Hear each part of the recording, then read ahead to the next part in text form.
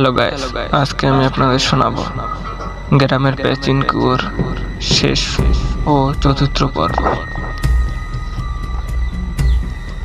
এই পর্বে থাকবে মুক্তি এবং শান্তি। তো গ্রামবাসীরা মিলে কুমুদিনী হত্যার আসল সত্য বের করে। তারা সৎ মায়ের বংশধরদের একজোট হয়ে গ্রাম থেকে বিতাড়িত করে।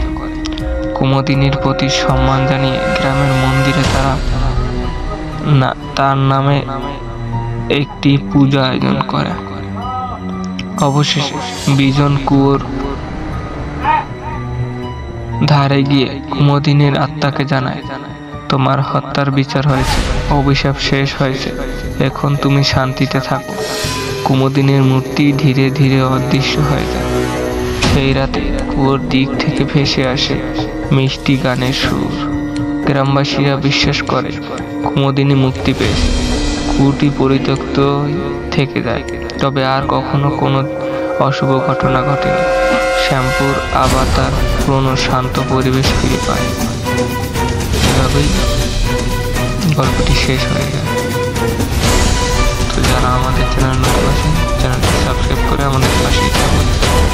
এরকমই গল্প পাওয়া যায়। ধন্যবাদ সবাইকে।